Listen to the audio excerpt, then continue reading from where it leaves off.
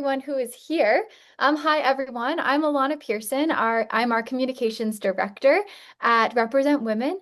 We are so excited to see you all here today. For those who joined us yesterday for day one of Where We've Been, thank you so much for tuning in again. It was such a fabulous conversation with wonderful women from all different walks of life and spans of time. And we're just so grateful to have you back. Or if you're just joining us for today, welcome. You are in for a treat. We've got a lot of women lined up today to speak, and we'll be starting off with Rena Shaw in just a second, who we just met briefly. So if you would like to start off the day, feel free to introduce yourself in the chat. Tell us where you're from, a little bit about why you've joined our Democracy Solutions Summit. We'd really love to get to know you in the chat space.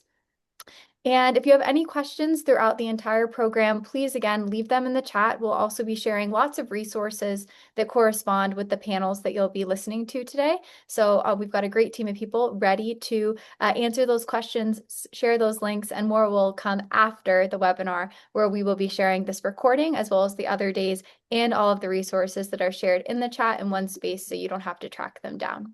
So with that, we will pass this over to Rena for a fabulous opening introduction for us to really set the tone for day two, which is where we are in terms of women's representation and political power. So Rena, I will hand it over to you.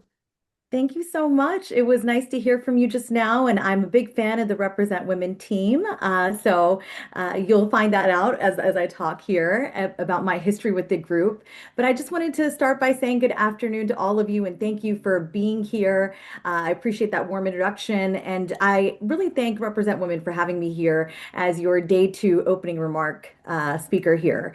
It's such an honor to be here with you all today because this Democracy Solutions Summit, DSS as it's affectionately known to the team, has been something that I've been so proud of in being a previous Represent Women board member and just being somebody who's been part of the women's political engagement community for a long time. I've seen this summit grow. I've seen it have speakers of all types and be so inclusive in a way that I don't think anybody else is doing.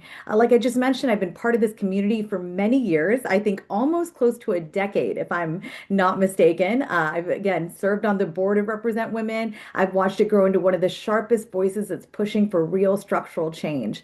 And now, as somebody who's spent years in geopolitics, I founded Ventil Strategic Advisory Group. And I've also been part of building nonprofit organizations that are dedicated to women's political engagement.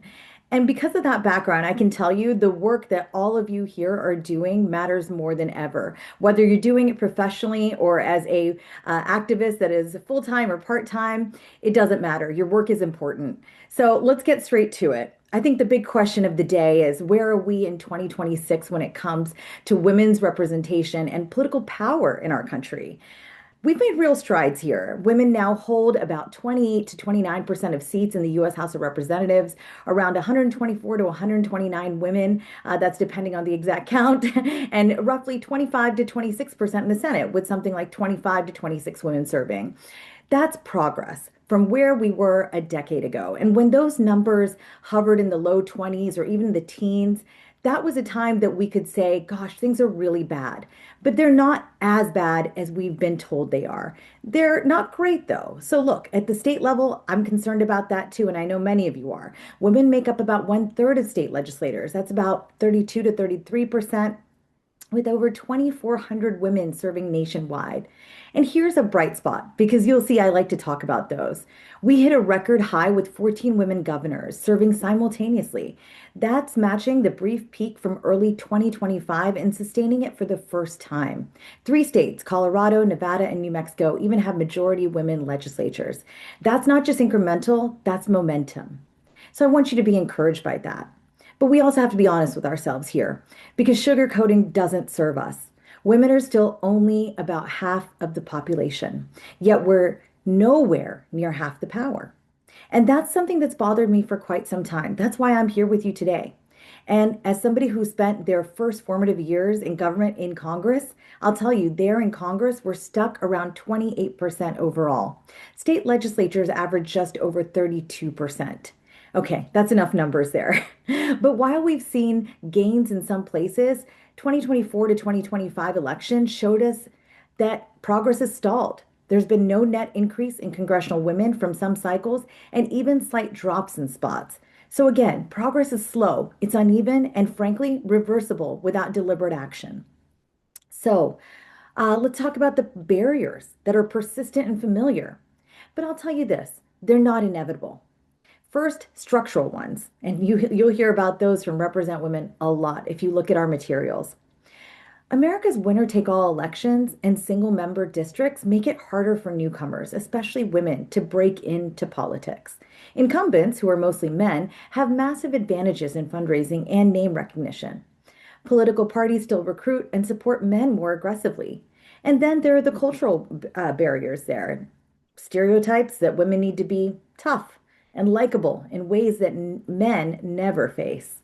And gender-based violence online and off also deters candidates. And then let's not forget unequal access to resources.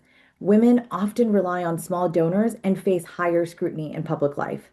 Add to that the double burden that many women carry, balancing campaigns with family, caregiving, or careers, and it's no wonder that fewer women even consider running.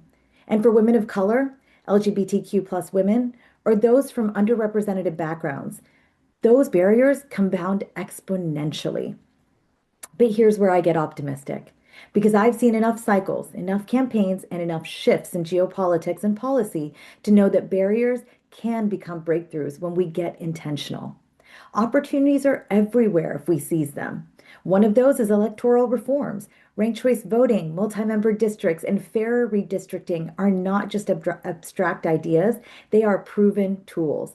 Places that using ranked choice voting have well, they've elected more women, simple to say, and they've included more diverse women. That's my favorite thing about it. Portland, Oregon just hit 50% of women on city council with 4 women of color, thanks in part to system changes.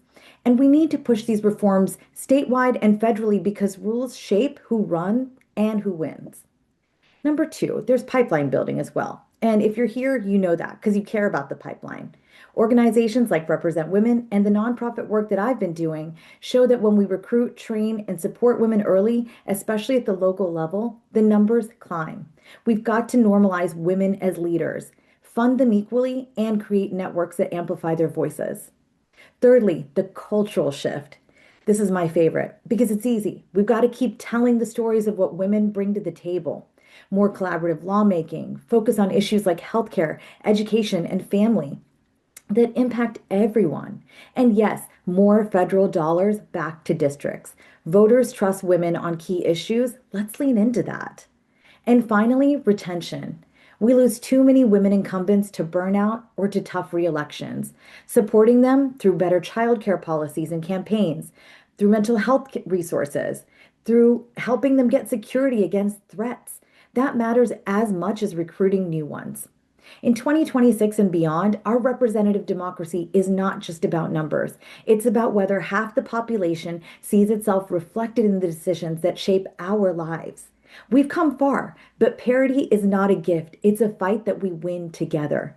So my ask to each one of you listening today is do not wait for permission. Please don't. Run if you're thinking about it. Mentor someone who should, and advocate for the reforms that make it easier. Because when women rise, democracy gets smarter, stronger, and more just. I thank all of you for your energy, your commitment, and for letting me be part of this conversation and kick it off today. I'm so excited for the solutions that we'll build together in the sessions ahead. Well, thank you so much, Rena, for that fabulous opening. We're so grateful to have you here, and we've just been so grateful for your support over these many years of Represent Women and your continued advocacy for us. So thank you for My starting pleasure. off day 2 so strong. From here, I am honored to lead us into our next conversation, which will feature the former First Lady of Iceland, Eliza Reid. And so this fireside chat will be led by Susanna Welford, founder and CEO of Running Start, which is an organization dedicated to inspiring and training young women to pursue political leadership. So, Susanna, I'll cut it short from here to let you jump in. And thank you for being here. Susanna is also a Represent Women board member, and we're just so grateful to have you as part of our ecosystem. Thank you so much, Alana, and thank you for asking me to do this very fun part of the Democracy Solutions Summit, which is to interview a person who I was very lucky to meet while in Iceland a few years ago. And she has such an interesting story, and you can read all about her story if you don't get enough today, which we'll talk about. So let me just do a brief introduction of our fabulous guest. Eliza Reid is a best-selling writer, public speaker, gender equality advocate, and she's co-founder of the Iceland Writers Retreat. She is also the former First Lady of Iceland. She was born and raised in Canada, as you'll hear by her accent, but she's lived in Iceland for over 20 years with her husband and 4 children. She's the author of 2 best-selling books and soon to be a third. Her first book, Secrets of the Sprakar, Iceland's Extraordinary Women and How They Are Changing the World, was an instant bestseller in Iceland and Canada. She's also written a novel, which is an Iceland set mystery called Death on the Island, which I didn't know about and I'm going to buy right away. And she has just written a memoir called The First Lady Next Door, a memoir of Iceland, identity, and unexpected adventure, which I think you can already pre-order. And if Rep Women is smart, they will have a QR code so people can go and find it. Um, so I I just wanted to say a brief thing about my experience with Iceland. I started going to Iceland in 2018 for the Reykjavik Global Forum. And Eliza, I can't remember how many years after that I met you when you hosted us at the president's house. Um, but you have such an interesting story, and I was just so interested to see a Canadian woman standing next to the president of Iceland. Can we start by having you all just tell us a little bit about your story, how you came to Iceland, and what it was like stepping into your role?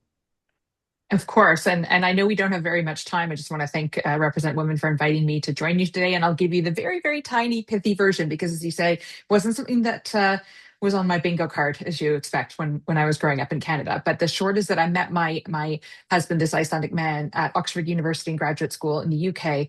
I kind of contrived to win a date with him by cheating in a blind date competition, which is a whole story of itself. But that's how we became a couple, moved to Iceland, had 4 children together. I set up this writer's retreat and started doing a lot of writing and editing. And in 2016, when our children were 2, 4, 6, and 8 years old, and I had this lovely freelance business, and still my maternity plans fit very well, and didn't have time to do very much at all. During the Panama Papers scandal, my husband was the expert because he's a historian, political expert in Iceland. He was the pundit who was called on television during the Panama Papers political crisis, and there was an ongoing presidential election. And there was this kind of groundswelling of support that people literally started calling our house, encouraging him to seek elected office for the first time ever. And so he ran for office, and this will surprise, of course, American participants. And the campaign was 7 weeks long.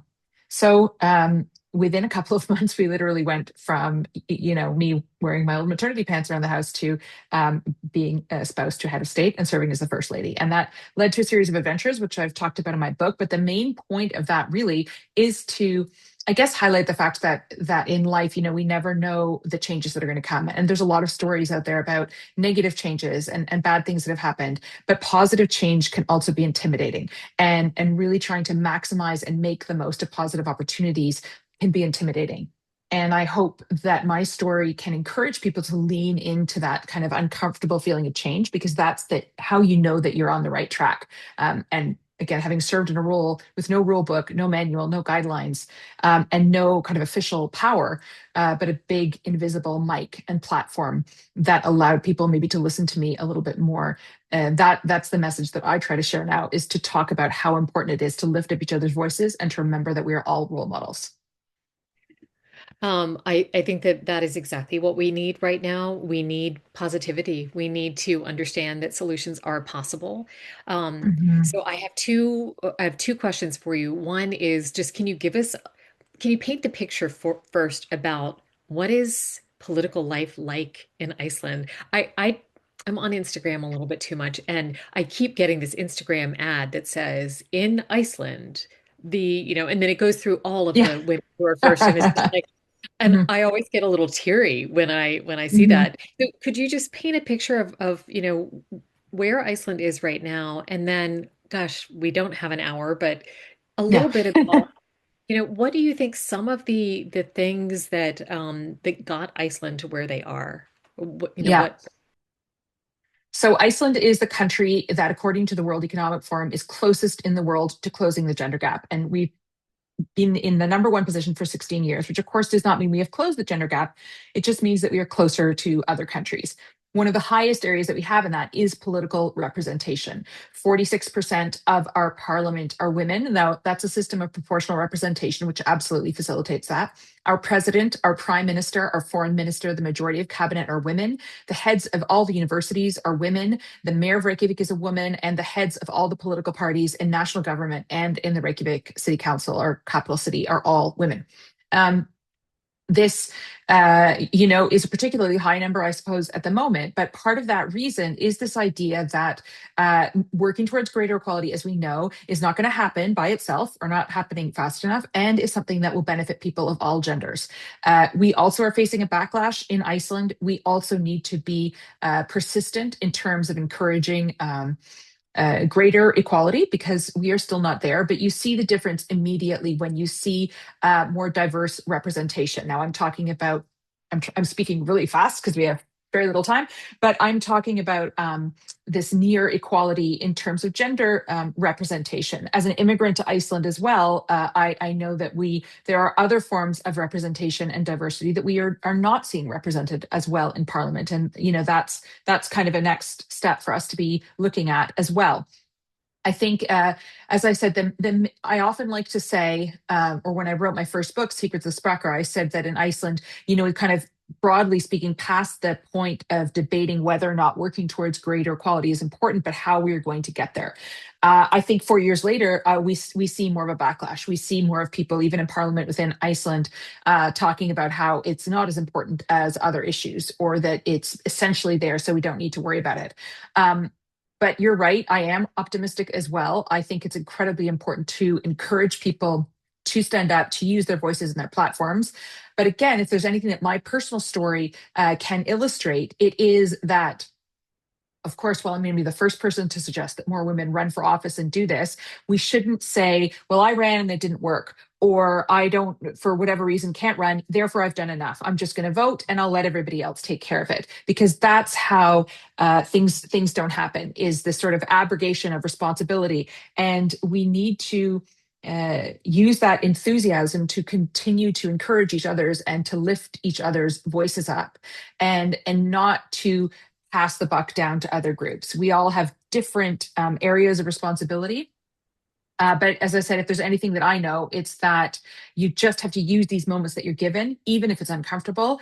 We're not each going to change the world, but we can all do our part to nudge things in the right direction. Okay, well, that is a perfect segue to my last question for you. I was on a plane this summer where I had a layover in Iceland. I was on Iceland Air, and I happened upon the documentary The Day Iceland Stood Still.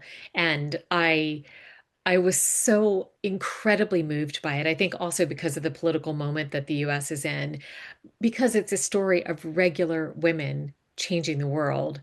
Yeah. So I would love for you to say a little bit about that, but then also just say a little bit more, please, about you were not in the elected position. As you said, you were the person, you had a microphone, but you weren't elected. About how people can use their voice even if they aren't in office. Because I think that not everybody can get elected. So yeah, you're right to break. That's right. Exactly. So The Day Iceland Stood Still is a documentary film about the day in 1975 when 90% of Iceland's women took the day off. It was effectively a strike, but they didn't call it a strike because some women felt that they didn't want to take part in a strike. They thought it was too communist or too socialist. And so again, people looked at the big picture and just said, okay, we'll take a day off. And as you can imagine, when 90% of a country's women don't work for a day, nothing happens, either in the home or in the office. And the wonderful thing about this documentary, which features interviews with a number of the women who were involved, as you'll see, is that it's happy and it's joyful and it's galvanizing. And it's not a movement that was led from the right or from the left or from one specifically charismatic individual. It was really kind of the collective power of individuals, if you can say it. And And it's, you don't see a lot now with feminism stories that you leave you and you're just happy and excited and you want to go out there and do more. And I think that's the wonderful effect of that. There's so much humor, and it's a really wonderful film. And then, as you said, the question about using our voices, again, that's a huge thing that I'm a proponent of.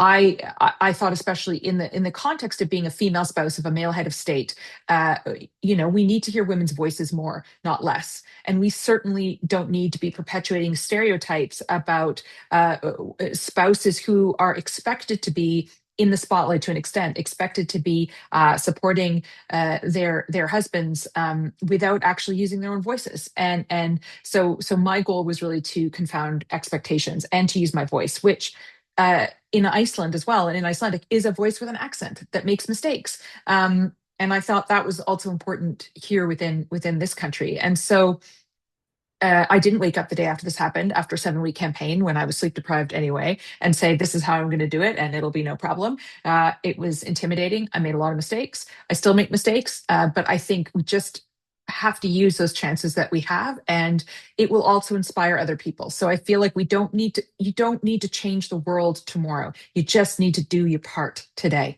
and that will collectively have a great effect. Okay, I think this is the perfect way to begin day two with your story of what happened in Iceland, but then also just reinforcing that message that we all have to think about every day, which is one small step. All of us can do something every day that pushes Yep. the needle forward on these hard issues. So lovely to Yeah. talk to you. Thank you. Thank you. Enjoy the day. Yeah, you too. Thank you so much, Susanna and Eliza, for such a thoughtful conversation. We do have a QR code. Susanna set us up perfectly for that, to pre-order your copy of the book. So we highly suggest that you do so. And then there'll also be links below so that you can follow along and order it there. We are going to be jumping right into our next conversation, which is a very important panel, which is addressing an issue that has become increasingly urgent across democracies worldwide, and that is the safety of women in public life. Women leaders, particularly women of color, often face harassments, threats, and intimidation at a disproportionate rate. And these challenges not only affect individual leaders, but can discourage women from running for office or participating in public life altogether. So today's discussion will explore how institutions, policies, and political culture must evolve to ensure that leadership is both accessible and safe for women. So to moderate this important conversation, please welcome Sarah Jane Higginbotham with me today. Sarah Jane Higginbotham is an advocacy strategist and an organizational leader with more than 15 years of experience in advancing policy change and building stronger movements. She's also the founder and co-lead of the National Women's Defense League. So Sarah, thank you so much for joining us today. Hi, And Alana. joining her, yeah, hi. Joining her are also an extraordinary group of leaders and experts. First, we will open with State Representative Liz Berry, who represents Washington's 36th Legislative District. Welcome, Representative Berry. Representative Berry works on a numerous slate of issues, but one that she'll be talking about today, I am sure. She is the primary sponsor of Washington House Bill 2333, which is a 2026 legislative proposal aimed at protecting elected officials, candidates, and other public servants from threats and political violence. So we are so grateful to have you here today and for the work that you are doing. Next, we have Aparna Ghosh, the founder and executive director of the Ghosh Research and Innovation and Development Lab, which is an incredible organization. If you've not looked at the lab, you should absolutely do so. We love Aparna's work. They have spent nearly 16 years, or Aparna spent nearly 16 years with research, journalism, and technology focusing on developing solutions that address the structural barriers facing women in public life, especially barriers that pertain to political violence and harm. So she's going to have a lot of great research and insights for us today. And then lastly, we have Muthoni Wambu-Kral, the founder of the Women's Democracy Lab. Muthoni is an impact connector, a veteran political strategist, a team builder, organizer, trainer, amongst many, many things. I know we want to get to questions, so I will cut it short. But one of the pillars of the Women's Democracy Lab is safety as infrastructure. And so I'm incredibly excited for Muthoni to speak a little bit more about that today. So with that, I'll let you get just right into those questions. Thank you, Alana. Welcome, everybody. And so excited to be talking about what we're talking about. I mean, I wish we were in a world where we were not talking about this specific thing, but I'm thrilled that to be here with all of you who are helping make this something that we are all considering and bringing it to the forefront. I'm going to start with a question for the full panel. Across the United States and across the world, we are seeing rising threats. It goes without saying, harassment and intimidation directed at women in politics. When we talk about when they, not us, talk about political violence, it's often framed as an isolated security issue. But many of us know, and many researchers, thanks to some of you on this call, now describe it as a structural barrier to women's political participation. From each of your perspectives, why is safety such a critical issue for the future of women's representation and democratic participation? And happy to start with you, Aparna, if that's okay. Right. Thank you.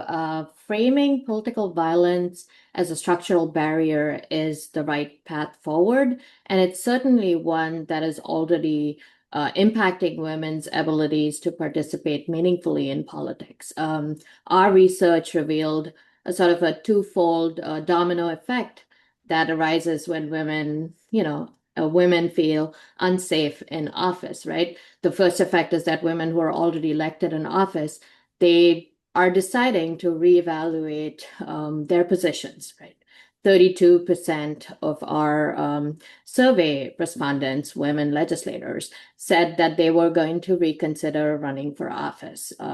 And that leads to a massive impact on recruitment, pipeline building efforts, right?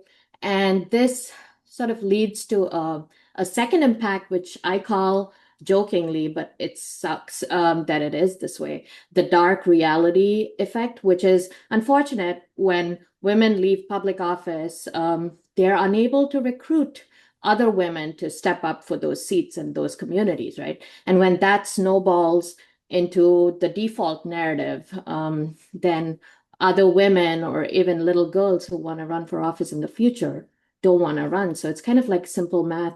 If existing women are dropping out, fewer women are entering the pipeline, then we're looking at a net loss in representation. And that's a situation we don't want to be in.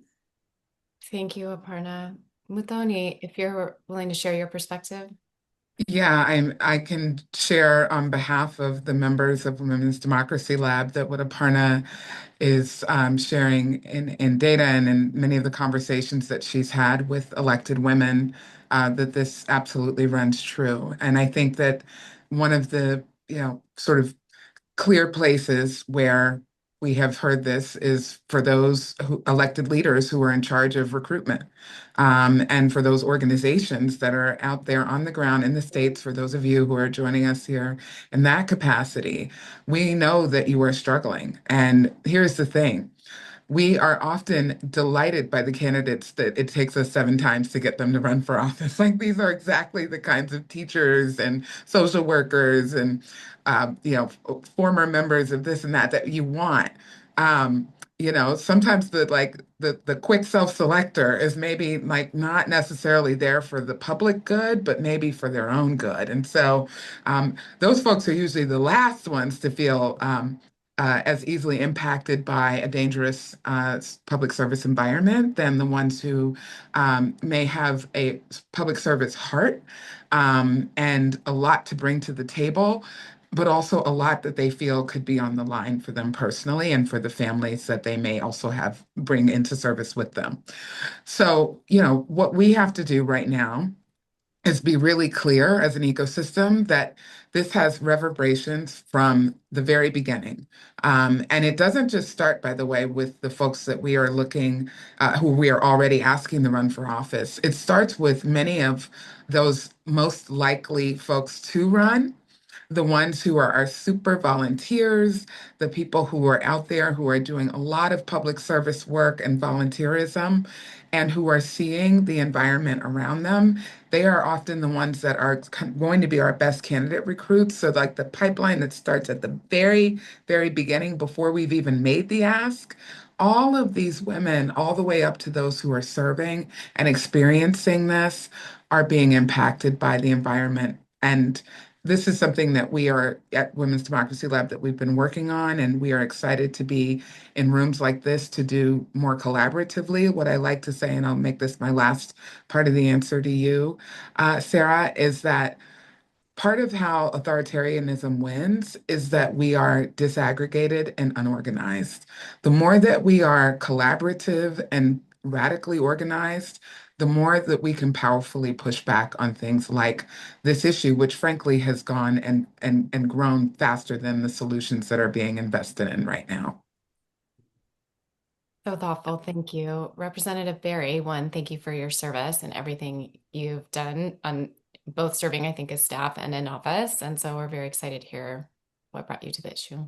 Thank you. I want to add some color to what Muthoni Aparna said by sharing my own personal story, which is I am the former legislative director to Congresswoman Gabby Giffords, and I first witnessed political violence firsthand 15 years ago when she was shot at a constituent event. And, Gabby survived that day. Many of you know the story, but 6 other people were killed, including a 9-year-old girl, a federal judge, and my friend and colleague Gabe Zimmerman, who is the first congressional staffer to be killed in the line of duty.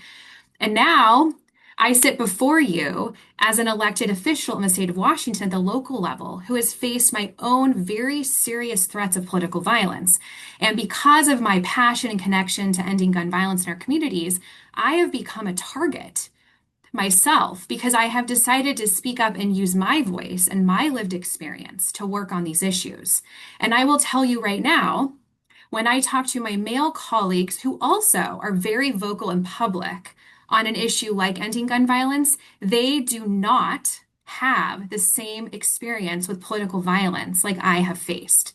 And I'm not alone. I mean, I can tell you anecdotal stories from all kinds of people from around the country who've shared with me. But, the data speaks for itself. 40% of state legislators surveyed say they have experienced threats or attacks in the past 3 years. 1 in 3 local electeds. And again, local electeds just simply don't have the kinds of resources that a lot of us do at higher levels of office, report harassment. And 1 in 6 reported threats in at least a recent 3-month window. Higher levels of threats are, of course, more for women, younger women, and people of color. And this is simply unacceptable. And I'm looking forward to speaking to you more in the panel about a bill I introduced this year and tell you a little bit about that, how that played out, because I think it is a symptom of the problem we are trying to solve and to make sure that we are being taken seriously when we say this is absolutely a deterrent for women to stay in office and for women to run for office. And I will say also anecdotally, I work to recruit Democrats to grow our House majority in Washington State. And the number one issue I used to get asked from the women candidates was, how do you balance running for office and having young children? Because I have little kids at home. Now I am asked, what do you do to protect yourself and your family from political violence and harassment? That is unacceptable. Thank you. Representative Barry, let's stay with you. Let's talk about the legislation you've introduced. Your legislation would allow candidates and elected officials to use campaign funds for personal, I would also call them professional security measures, including security systems, protective services, and cybersecurity tools in response to these growing threats that you've outlined. It's clear what has motivated you to introduce this. Talk to us a little about the legislation, how you're feeling about it, its viability, and anything else you think might be insightful. So the legislation was born this summer after the assassination of Melissa Hortman and her husband in their home. I was asked to work on this bill by the chair of the policy committee who would handle these kind of state government issues and the leadership of the House and Senate. I dug in, and you just mentioned a very small piece of the bill. A small piece of the bill would be allow us to use our campaign funds for private security measures. Our state's election campaign finance office changed the rules after Melissa Hortman was murdered in her home to allow us actually to use our campaign funds and our surplus funds to pay for those expenses. And I personally spent about $70,000 of my own money on personal security when I had my incident at my home, my incidents at my home. And I was able to get reimbursed for about half of those costs when they made that rule change. What the bill did, which I think is even more critical than the campaign funds issue, it would have codified that so they couldn't take it away one day, which is a good thing. But the critical component of security for elected leaders is having your home address confidential from public view. And so the biggest parts of what the bill did were allow you by request only, opt-in only, to go to our state's campaign finance arm and say, please redact my home address, to go to our Secretary of State office and say, please redact my home address from all of your elections and filing documentations, and go to your local county auditor and say, please redact my address from electronic title records, because that has remained an incredible loophole. A lot of these commercial data sites go on and wipe, at a monthly basis from the title companies that post them online now, your home address. And that is unacceptable.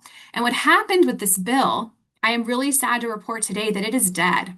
We adjourn tomorrow. And what happened with this bill is I realized when we went to a House Fiscal Committee of about 20 House Democratic members, and I'm not on that committee, they did not think this was a problem because they had not personally experienced it in their own lives.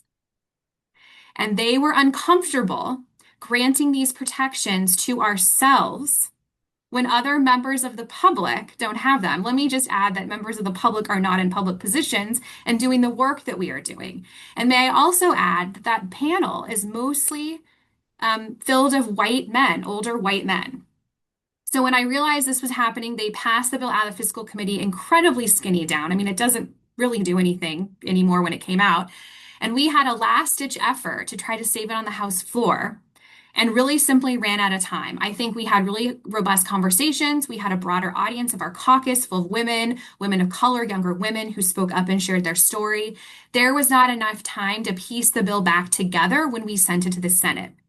The Senate, I'm happy to report, much more understood this issue, and they built the bill back to its form that it was in when it left the House. Because of a technical issue, they were not allowed to send that back to us because it was skinny too far back and the title didn't fit anymore. It's a complicated, I won't get into all the details, but those senators were willing to do it and do what was right. And we are working on a strategy for next session. But I want to leave you with the idea that there are still elected officials who do not think this is a problem that we need to solve because it has not happened to them.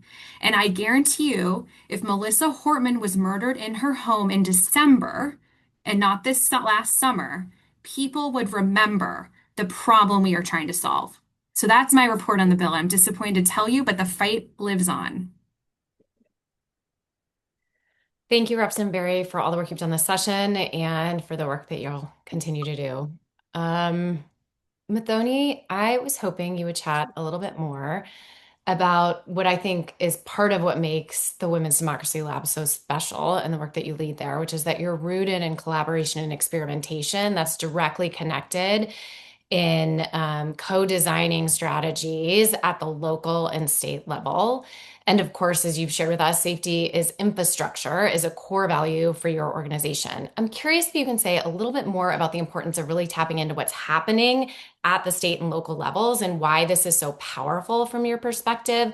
And to the extent there are any examples of co-design strategies or thinking that you all have done that is really kind of rooted in that local context.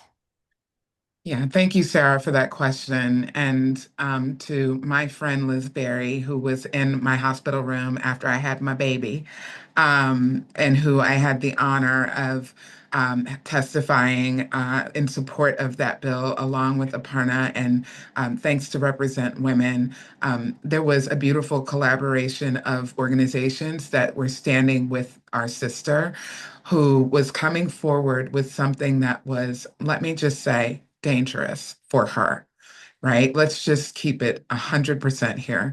It is what she was sort of saying about what makes our electeds not like the normal public and why things like redacting and having the option to redact their addresses is so important, is because they are not living under the regular non-spotlight that most of us don't have to, even as behind the scene organizers. This is a part of what, when they raise their hand and step forward and run, this is a part of what they are faced with. And it is, they are doing so in an even more radicalized hate environment, where violence and political violence is being encouraged as a form of disagreement and dissent. It is also being normalized. And unfortunately, many of our electeds are a part of the normalization. Many of the men who control the levers of how bills move, whether something is going to be a caucus's priority, are people that organizations like mine or Democracy Security Project and others who have gone to pitch things like trainings and things that could be proactive opportunities for us to help more elected officials like Representative Berry, who didn't even realize that WDL had these kinds of trainings for them to start doing some of the basics. I remember in our conversation that we had briefly that she said, I just would have like designed my life differently going into office if I had understood fully what I was signing up for. So for anyone who thinks that people running right now, when they raise their hand and say, yes, put me on the ballot, think that this is what comes with the job. They do not, nor should they. And we refuse to normalize it. And so starting at the state and local level is incredibly important. Frankly, I think it's how our politics ought to be thought about all day long. But unfortunately, we have a bit of an upside down thinking strategically, particularly sometimes on the progressive side, unfortunately. What I would say here, though, is that this is where we need to build the momentum. This is where a lot more of the experimentation can happen. This is where things can move faster. It is, if you have noticed, hard to get a bill moved through Congress right now, and there are lots of obstacles in the way, um, even when you have bills that seem like they would just make sense, right? And so when you take things like making it an option for people to redact their addresses, there are still ways for you to protect transparency and to have good sunlight. For any of us, and Represent Women and Cynthia has been at the helm of trying to create a more transparent government and to do lots of reforms. We stand on the side of that. This is not in opposition of that. This is why we can do creative things like have FOIA so that there are, Freedom of Information Act will then be enacted to allow people to then keep records. I mean, there is just too much easy access to information that leads people directly to the doorsteps of elected officials and their families. And that is not something that we can stand for any longer and act as if the violence and the political violence has not been ratcheted up in our society. The other reason that the state and local level is incredibly important and why we are excited about having done some co-designing of solutions is that there's just more of them. So we are covering a lot more territory. We are like on the ground in the states, and the community can get more involved.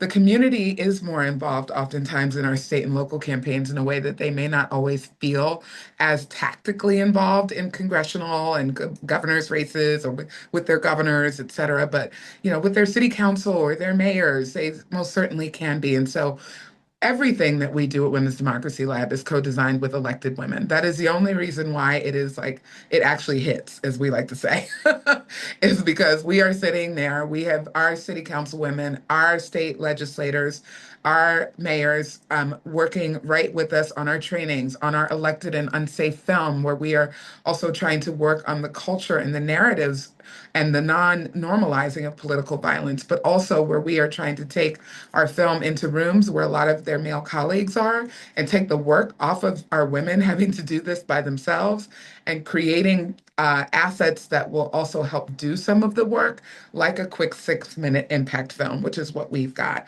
And we have seen men come up to us and go, oh, I didn't really get it, because they were listening to people that didn't work right next to them. They didn't feel directly accused, and it allowed for the listening to be a little bit better. And they said, I have been a bad colleague. I have actually seen some of this going on. And I'm just coming in. I have my blinders on. We're in session for 3 months, 4 months. I'm coming in. I'm running my bills. I'm getting out. And I have to stop doing that. So we know that this work can have its intended effect. And that's why we are partnering with other organizations like State Innovation Exchange, Local Progress, Vote Run Lead, and others. We invite others who are on this call. Please reach out to us if you are interested in partnering with us to continue to expand this work. We are all going into midterm elections, folks, and we all need to have our safety environment prepared. The last thing I'll say is that we are building a safety network. I have one of our team members, Hadia Afzal, is on here. She is going to be helping us to run that. We invite as many organizations that are focused on safety and security work. Please join us because, again, our goal is that we've got to be a collaborative ecosystem in order to address safety. Thank you so much. It's perfect because, Aparna, I'm sorry, we had more to get to. We didn't get to it all, but one, I love hearing about and leading by example the ecosystem of women that in community you all have built and supporting the Washington legislation.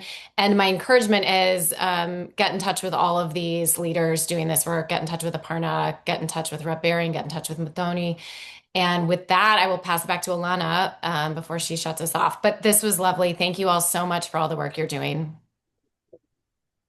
Thank you all so much. That was an important, sobering, and essential conversation. And I did just want to share that a lot of these sessions, while they're short, they're really TED Talk style to really get people to know what the topics are. And then throughout the year, we will be doing longer form hour sessions on a lot of these standalone topics. So please stay tuned for those. We would love to dive deeper into some of the questions and topics we just couldn't get to today with the format we have.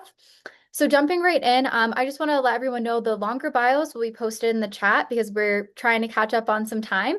So I'm going to just hop in and quickly introduce our next panel, which is our Democracy by Design, Guardrails, Trust, and Women's Leadership. So this panel will be led by my fabulous colleague, Katie Usalis, who is Represent Women's Director of Strategy and Learning and Programs and Partnerships. Katie, thank you so much for being here. And joining her, we have Celinda Lake, who is one of our nation's leading pollsters and political strategists. So welcome, Celinda. We also have Linda Robinson, who is a senior fellow for women and foreign policy at the Council on Women Foreign Relations. So glad to see you, Linda. And lastly, we have Sabrina Schaefer, who's the Vice President of Public Affairs at R Street Institute. So we have a jam-packed couple questions and sessions. So I'm going to leave it to you, Katie, to just get right on in. Thank you so much, Alana. Hey, hi, Celinda, Linda, and Sabrina. So lovely to see you here, and welcome to you to our 5th annual Democracy Solution Summit. I cannot believe we are in year 5, and it feels more relevant and more important than ever, which is wild. But so here, yes, the Democracy Solution Summit, the only democracy summit to feature women leaders. We know that representation matters. We know that it matters beyond just doing the right thing and fairness. It really matters for substantive outcomes to include trust in our institutions, to include better, policy outcomes. And that's exactly what we're going to talk about today in this conversation. And so, Celinda, I'd like to start with you in talking about the state of public trust. You have been working for decades in studying voter attitudes and public sentiment. So you actually might be the most knowledgeable person in the country about how folks are feeling about US politics right now. So from what you are seeing in the data, how would you describe the current state of public trust in our democratic institutions? Well, the current state of public trust in our institutions is within margin of error, 0. And you see incredible disappointment, incredible distrust. Distrust is at an all-time low. Neither party is trusted. And there are a significant number there, about a quarter of Republicans dissatisfied with Republicans, and particularly since the Iran war, and you have upset with their party for not standing up more. Having said that, at the same time, you see a record high support for the role of government, particularly among younger voters who are some of the most cynical voters out there. People think that government can be helpful, it should be helpful, it should be playing a role. And people think that women leaders are trusted more than male leaders. Now, trusted more is not that high, but you still have women leaders trusted more. Democracy, in short, has to deliver. That's the bottom line. And until we have democracy deliver for real people's lives and not political contributors, until people see tangible consequences at their kitchen table, until people hear from leaders that inflation is real and not made up, you're not going to see trust in government increase. Absolutely. I have one more follow-up question for you, Celinda. And Linda and Sabrina, if you have any thoughts or any of your own, please feel free to jump in. But so considering that, and that trust is at an all-time low, but knowing that women are seen as more trustworthy, that's what we're here to kind of talk about it and to increase trust in our institutions and having better representation. What would you say are signals that political leaders should be paying closest attention to when they're thinking about the health of our democracy? Well, one thing we should be paying attention to is the record beating of incumbents. Incumbents used to be guaranteed to return, and we are seeing on both the Democratic and Republican side that people are turning against incumbents, and they're in trouble, and they're trying to save their seats with $10 million and still not being able to save themselves. 83% of the people believe it's important to elect more women. And half of those people believe that it is very important. People think that women are more likely to be listeners, care about people, get things done, work together. They do worry if they're strong enough, particularly in this system where people think you really have to be strong to get things done. And 4 in 10 say they know someone who will not vote for a woman. Now, people need some new friends, by the way, as they know those people. And in fact, the belief in a woman president has actually declined pretty significantly. And people now think that we will be more likely to have an out gay president, a male president, or another person of color before we have a woman president. Women need to be for change, and structural change helps women get elected. And it helps women. It's a strong message for women. And we need to look at things like public financing, proportional representation, ranked choice voting, which has been very helpful to women candidates. And we're obviously deep partisans on that. And then I'm going to plant the idea before I hand the mic that I think we should work to nominate 2 women, one in the Democrat and one in the Republican side, and we'll get a woman president for sure. I love that. Just fill the ticket. Why not? Of course. Thank you so much, Celinda. So I'd like to chat with you, Sabrina, a little bit more about guardrails and the things that we've seen in all your research and your work. So Sabrina, yeah, you are the VP of Public Affairs at R Street and also as a senior director for the White House Writers Group before your role here. So you have been just steeped in public policy, women's leadership, and the discourse on political crises for years, for a long time. So we're happy to have you here. And from your perspective, what are the most important constitutional principles or institutional guardrails that help democracies withstand crises and political stress and periods of time that we're in now? Yeah, I think I can talk to the moment that we're living in, which is unique, no doubt. Perhaps by definition, it's unique, but I think all of us have seen that the constitutional guardrails are being tested. I appreciate you linking to my article that I had out recently, and I think the thing that's sort of making people feel so unsettled is that there's all sorts of sort of discrete policy disputes and things that are going on, but if we can't first defend those core tenets of democratic liberalism, individual liberty, constitutionally limited government, equality under the law, a free and open society, then we can't address anything else, right? Because that has to be the foundational framework. They're the first principles of American democracy, and without them, we don't have have self-government. But I think the other piece of this, and it's often overlooked, is just that I think our founders understood that constitutional design alone wasn't sufficient to sustain democracy. They understood, of course, we have separation of powers and federalism and checks and balances, and all of that has led to 250 years of success, but it's not sufficient. And I think what they saw, Madison in particular is the one who comes to mind, is that self-governance really requires civic virtue. It requires participation by the people. And I think this is the guardrail that is really that is weakened perhaps the most, that it's being tested. There was a time in history where people really practiced this art of self-government. And I think the big piece is, how do you stay in the room and have conversations like this one with people who you might disagree with, right? How do you actually engage in democratic exchange of ideas? And that's the norm that we seem to have lost sight of. It's been really important part of our foundation up until somewhat recently. In the early republic, we had these college literary societies that in effect prepared young men at the time for public life. It taught them rhetoric and debate and writing and how to engage with one another. Most importantly, how to come back the next day after they'd had a disagreement. We've had sort of these civic associations. Anyone who's read Tocqueville or more recently Robert Putnam knows how important civic associations were towards creating those civic norms that allow us to practice self-governance. So that's the piece that's really worrying me, that is decayed and that we haven't done enough to sort of rebuild those guardrails.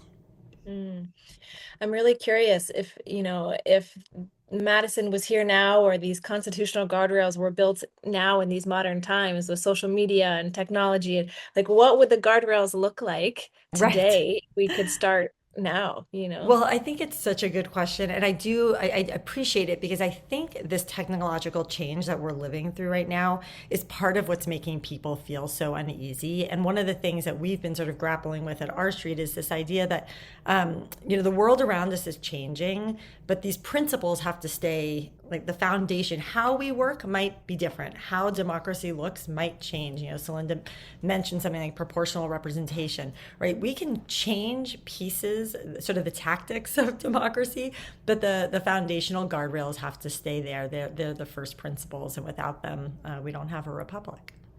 Yeah, and we have to protect those with everything we've got, for sure. Yeah, thank you, Sabrina, for your work as well, and your heart in this. Linda, hi. Thank you so much for being with us. Our next question is for you. And I know, Linda, you are working and have been working and getting ready to publish a book this summer, which is extremely timely.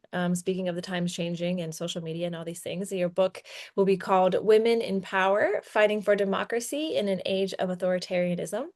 And you have spent the last 3 years researching, again, steeped in the history and the literature and everything around women's leadership in combating authoritarianism. And this is something we're experiencing not only in the US, but around the whole world globally.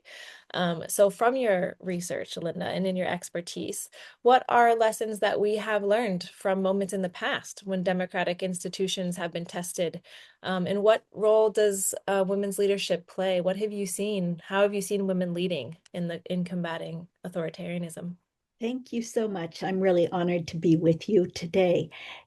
I'd like to just note that the Council on Foreign Relations Women in Foreign Policy program was founded in 2002, and it's the oldest such program at an international relations think tank. We focus on political and economic empowerment and the intersection with foreign policy. So I just want to thank you for introducing my book, and the purpose of it was to look at the roles that women leaders have played in defending and advancing democracy, and albeit at this current moment where attacks on women's rights and representation are escalating. We found, and my premise was that successful women leaders help break down gender bias. So I looked at the circumstances and other factors to show what we can learn from those who made it.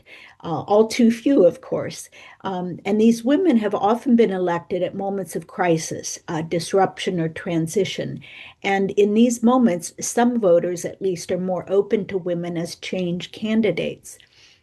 However, if the crisis includes an existential threat, that can pose a greater hurdle for women because many still doubt women's ability to handle the national security, defense, commander-in-chief roles that are central to heads of state and government. I found, however, that this hurdle has been overcome in cases of hybrid threats, where the attacks and the threats are not purely military, but also seek to divide and tear apart societies by exacerbating divisions and weaknesses within them. So, policies that combine a strong stand against aggressors and strengthening domestic resilience have been a successful formula for many of these leaders. And these domestic resilience policies feature, as Celinda noted, structural reform, ways to enshrine in law combating disinformation, mending the social safety nets, and increasing equality and equity for outgroups and minorities. And I'll just quickly mention, out of the many leaders that I interviewed, I just wanted to highlight two examples, Tsai Ing-wen of Taiwan and Maya Sandu of Moldova. There are two examples of leaders who came to the fore during serious corruption scandals that generated mass protest movements and also faced existential threats from abroad. China in the case of Taiwan, Russia in the case of Moldova. These leaders prevailed in winning election and re-election despite very traditional societies, particularly in Moldova, where the Orthodox Church is very strong. And both China and Russia waged just relentless sexist attacks in both their first and second terms. So just to mention a few of the key features that allowed them to succeed. And they really were champions of reform as people had hoped. Youth and women were key to their support base, and their victories had coattails, paving the way for more women representatives at the legislative and local levels. Other things that I found is a similar pattern for policy competence, technocrats in many cases, highly educated, a personal style of austerity and discipline, and very importantly, the ability to build international support networks through diplomacy and economic agreements. So those are just a few findings that might be helpful. Yeah, that's incredible. And I'm also listening to you and thinking about, we have Dr. Jennifer Piscopo with us today. She'll be on later. She's an expert in women's leadership in Latin America and loads of democratic transitions, throughout Central and South America, and women completely at the helm of pushing for these structural reforms and at the risk of their own lives, their political careers, some of them suing their own parties for not adhering to the law that they agreed to, all these things. So very inspiring. I can imagine it could be kind of hopeful in the work that you've done to see women in leadership there. So we have one more question and end on a lighter note. It's really striking me. We knew this because we're living it every day, but how heavy this where we're at day 2 of the Solution Summit is. It's sobering, but I'm proud of us for talking real talk and naming what we're seeing. So, but we will end on a more hopeful question. So if we think about the future of democratic resilience in the United States, which is something we're having hope for and we're believing in, and we know that there's a bright future ahead. What is one signal or development, something that's happening in your worlds in this work that gives you hope, and something that we can kind of hold on to as a group working in this area? I'll start the dramatic increase in turnout. And I think we're going to see record high turnout, and the gender gap, which is at record high levels, the difference between how men and women are voting. Women voters are going to turn out in record numbers, and women voters are going to vote for change. Yes, I can go next. And that's just, I'll go back a little bit in history and say, I think there's sort of I have this optimism because women have always played an important role in American politics. It's changed over time. I love to think back again to our founding, when women were sort of on the sidelines, but they still were influencing American politics and They've been called sort of small R Republican mothers. They shaped civic life through education, through voluntary associations, and through creating what I was talking about, these civic norms in their husbands and men and sons. And I think today, we're seeing women play a very direct role in politics, which is wonderful. But it reminds us that democracy is resilient, that women have an important role to play, that we have more room to grow. And I think that's a very exciting place for us to be. Thank you so much. So I will say I take hope from the specific profile of the Virginia and New Jersey governors who won, Abigail Spanberger and Mikey Sherrill. They have exactly the profile that I was just enumerating in my global survey. I would add, though, I think it's critical, and I know many here are very involved with electoral reform, because I think that is critical to get something like a proportional representation, ranked choice voting, multi-member districts such as the Fair Representation Act represents, so that women and a greater diversity of voters will be supported and represented in government. Exactly. Thank you so much. Could not agree more. Thank you, all three of you, for your dedication, for your commitment, for your life's work here, and we fight the good fight. Now pass it back to you, Alana. Thank you. Well, thank you so much, Katie, and thank you, Celinda, Linda, and Sabrina. I know it was a short conversation to talk about a lot. We could probably spend a whole day talking about the state of our democracy, but thank you for that very insightful overview. And please check out the links for all of the books and things we mentioned below. So our next conversation, we're continuing to talk about global trends. And so for this conversation, we will explore the global progress that we've seen with women's representation and the gaps that we see still both around the world and here at home. So to lead this panel, please welcome our moderator, Vandinika Shulka of the Obama Foundation. We are so grateful to have you here today. And joining her are Lois Taylor, who is a director at a global consultancy, Varian Group. We also have Jennifer Pispoco, who was mentioned on that last panel, who's a professor of gender and politics at Royal Holloway, University of London. Thank you for being here. I know the time difference is a lot, so we appreciate it. And lastly, we have Saskia Breckenmacher, the senior fellow at the Carnegie Endowment for International Peace. So thank you all for being here. I will leave it over to you, Vandinika, to continue on with the questions. Thanks so much, Alana. Good afternoon, everyone. And it's such a pleasure to be back to the Democracy Solutions Summit with such experts on the panel. So we'll jump right in, and because I know we have precious time to cover a lot of ground. This conversation is taking us, taking the United States and positioning it in a global context, and really looking at what can we learn from a comparative, almost data exercise in learning what what is making the many countries achieve faster progress on gender balanced governance, and what types of intentional institutional design is leading to that. So I'll jump right in and open our first question, and really looking to structural design. One of the themes of the summit is women's power by design, and in many countries that have reached this higher level of representation, those outcomes didn't happen by chance. They were shaped by institutional design choices. And so I'm curious to hear perhaps from all of you on what structural features, whether electoral systems, candidate recruitment pipelines, party rules, have proven most effective globally at expanding women's political leadership. And so what structural lessons can we learn from the world? Perhaps, Jennifer, I'll start with you. Hi, good evening, everyone. Thanks for having me back in the Democracy Summit. This is my third event today because it's already late at night in the UK. So hopefully I'm going to be fast and still efficient. I think when everyone asks this question, what they want to hear, the answer is, right, that over 100 countries right now have some form of what we call a statutory gender quota.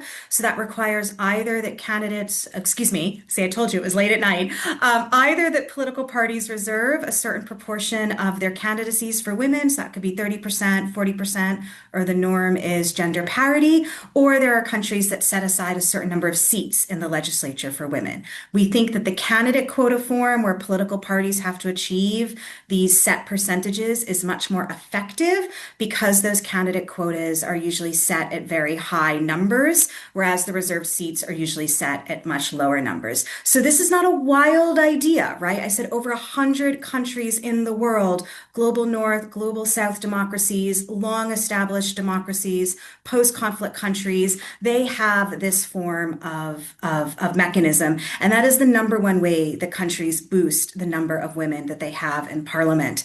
But there's also really practical solutions that other countries pursue. If you go to Scandinavia, Scandinavian parliaments meet from 9 to 5 on average. They have daycares, right? The working hours of parliament, the structures of parliament are set up to accommodate women and men and parents, right? And people from different kinds of backgrounds. So there's also really practical ways that politics can be designed day to day, not just the kinds of rules that you have for elections that can facilitate the way that they're open to women. That's brilliant. Thank you so much for sharing both the sides of that, the long-term structural changes, but also the day-to-day. And I'm also curious, as I come to you, Saskia and Lois, around what is enabling that political buy-in or institutional buy-in as well for that. So perhaps I'll come to you, Saskia, for a quick answer on that. And I hope I'm pronouncing your names right, as we all meet for the first time virtually. Yeah, such a pleasure to be here.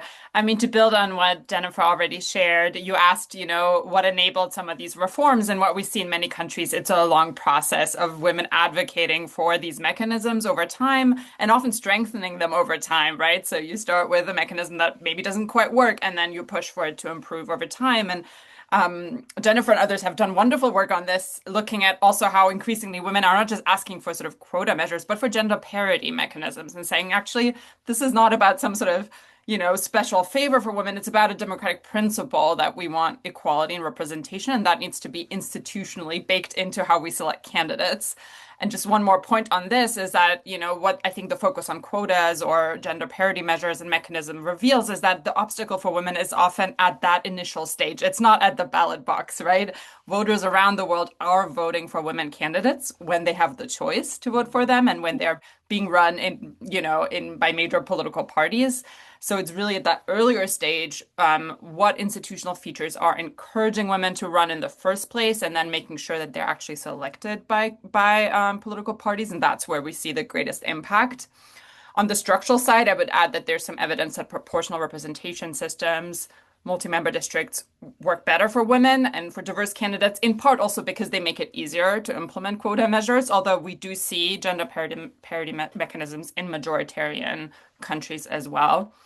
And then I would just add, in addition to sort of the mechanisms that make politics and political institutions friendlier for parents, for mothers, for caregivers, I think there are other things political parties can do. We've seen political parties in the UK and Canada, for example, implement much more targeted recruitment initiatives.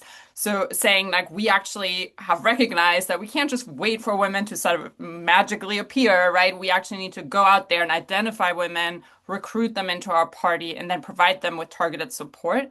And that can also be quite effective at boosting the number of women candidates, even in political parties that don't have a quota measure, like the Conservative Party in the UK, for example. Thank you so much for that, and also lifting the pipeline side of the piece as well. Louis, and I hope I'm please correct my pronunciation. What do you think of the structural pieces here? Yeah, great. Thank you for having me. And Jennifer and Saskia have made excellent points already. And to build on that, we have lots of measures of kind of attainment of female representation in politics. But actually what we've been measuring for the last 8 years is also societal perception, because that is a big part of this and a big structural barrier. So actually, it will come as no surprise that Iceland, a country where 46% of parliament seats are currently held by women, is the top of our index. It's the top of many gender equality indexes. And what we ask people is, do you think that men, women, or both equally are suited to leadership in certain spheres of society? And within government and politics, in Iceland, 87% of people think that men and women are equally suited. In the US, that's 61%. So there's still a long way to go. And that picture is nuanced, within the 40% who don't think it's equal, about 16% of those think women would be better suited to lead. So actually it's not a clear cut. There's bias against both men and women. But actually, when we look at Iceland and how it got there, and it was a long journey. In 50 years ago, there was a huge cultural moment where 90% of women in Iceland went on strike. And what that really highlighted was the economic impact of women in society. And then what that created was a wider societal conversation, which led to structural changes around equality for women in the private sector as well, which enabled women to participate in politics. So actually, these wider societal changes do allow women to participate in politics. So I think that can't be underestimated, the kind of societal impact. Thanks so much for sharing that. And as you heard from all the three experts on the different levers almost of change and influence, and I'm thinking also about the influence of online safety and what that means for women in the public sphere as well. Sort of reflecting on some of my own work on women's safety online, women in politics, particularly in the kind of particular risk that they are facing. And I'm looking at the clock and somehow we're chasing, but these are like buzzer questions for some deep things. I'm curious about to hear, perhaps we can hear from everyone here on if the United States gets really serious about accelerating women's political representation, what is one evidence-based reform or lesson from the global experience that you have seen that we can realistically adopt here? So what is something that has worked elsewhere that we don't need to reinvent, but both from a structural point of view, but also from a buy-in point of view, from adoption, from sustenance, and from evidence. Curious for some ideas that we can stick and land here for our audience and viewers. Perhaps we'll mix. I see Jennifer getting ready, and I'll pass it right to you. Sorry, I think I'm having a technical difficulty. Let me pass that on to Saskia for a minute. Sorry. Yeah, absolutely. No worries. Saskia, do you want to take us away? Yeah, it's a tough one because I think what would make the biggest difference, and then what is maybe, the most politically feasible. I think in terms of what would make the biggest difference, to me, it's changing the electoral system, like we already talked about, at least adding more proportionality to the electoral system, whether that's through ranked choice voting or other mechanisms. And then the second to me would be really addressing the huge representation gap on the side of the Republican Party, because when you look at the US party system, the Democrats have done quite well, not necessarily thanks to party measures, but thanks to huge civil society efforts to bring more women into the party. That's missing on the Republican side. And so you won't get close to gender parity in the US unless there are efforts on the political right as well. But there I see the current trend lines really going against that, because we're seeing so much partisan polarization, also a move to the extremes that is actually really undermining women's political representation, particularly if Republican women are perceived as being more moderate / are often more moderate, and so get excluded at the political party primary stage. So to answer your question shortly, I think it would make a huge difference for the Republican Party to recruit women more systematically through a party internal initiative. I don't see that happening in the near term, but I think it's important to keep that out there as something that would really make a difference, in addition to, I think, changing the electoral system. Wow. Thanks for shining a light on that connection between political polarization and women's political representation as well, and what that is. They're not isolated incidences as well.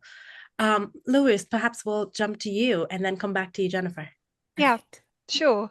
So when we look at kind of evidence on perception, again, I think there's a cultural shift that's required, which isn't easy, but I think, the optimist in me says it is achievable. So, at the moment, when we last did research in November 2025, only 48% of Americans feel very comfortable with a woman as head of government. Now, Actually, in 2020, that figure was 62%, which says that something has changed. There has been a cultural shift, but I think that also means we can get back to a higher figure. And again, if we look the Nordics as inspiration, actually many countries with higher representation of women in politics promote equality in other spheres. So, for example, something policymakers could consider is equal parental leave. That also tackles bias against men. And again, in the US, from our research, childcare is seen as female. So 50% of Americans think that women are better suited to lead in childcare, and only 4% think that men are suited to lead in childcare. And actually, if you create the conditions for gender equality in wider society, that should have an impact on attainment in political leadership too. Thank you so much for and such interesting insights there as you disaggregate the data. Jennifer. Great. Thanks, Saskia and Lois, for saving me. I couldn't find my mute buttons for some reason. But that means I just get to build on your excellent answers. So of course, everyone wants election system reform, the work that Represent Women and other organizations are doing to try to make the system less majoritarian, less winner take all, to have more candidates that can be elected. That's not feasible at the federal level, but we are seeing many states and local governments moving to election system reforms that create more opportunity for more candidates. That's better for democracy. That's more representation. It's better for women. But I think Lois's comments are also so important, because what do we hear time and again from women who want to run for office, whether they're in the United States, Argentina, Papua New Guinea, Zambia? They lack two things. They lack time and they lack money, right? So reforms around equity in the private sphere, as Lois says, parental leave, also childcare, right? The more childcare becomes accessible, affordable, dare I say, publicly funded, as it is in many countries outside across the globe, the more we give women time. And also, this is very pie in the sky in the current US climate, but reforms around campaign finance. So, I tell my students, right, who are used to a US context, that this is bananas, right? Most other countries in the world have publicly funded campaigns. They have spending caps, right? They don't have this unlimited kind of resources that flow in. And that's really, really difficult. There's great research from Dawn Teal, Shauna Shames, and Rachel Bernhard, and they actually show that one of the number one barriers to women's candidacy is not being the breadwinner in their family.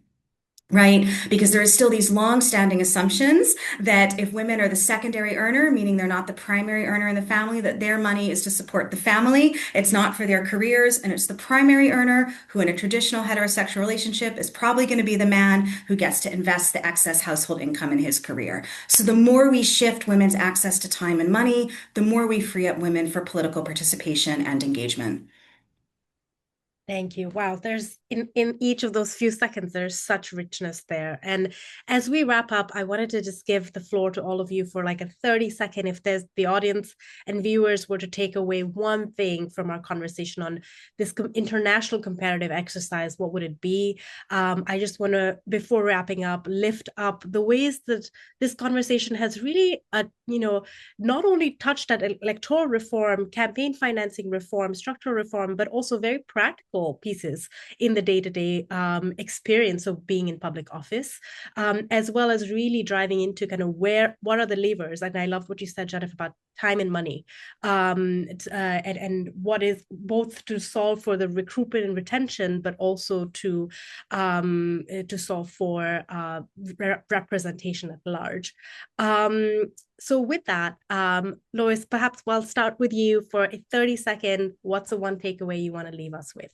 Sure. I wish I could steal Jennifer's time and money, because I think that really cements it. But actually, I think the one takeaway I'd like to leave you with is that we should be challenging norms that disadvantage both women and men in society, because they are part of the mix that creates these conditions in which we're operating. So to be able to promote societal gender equality in all spheres, I think would benefit. Yeah. That's incredible. Saskia.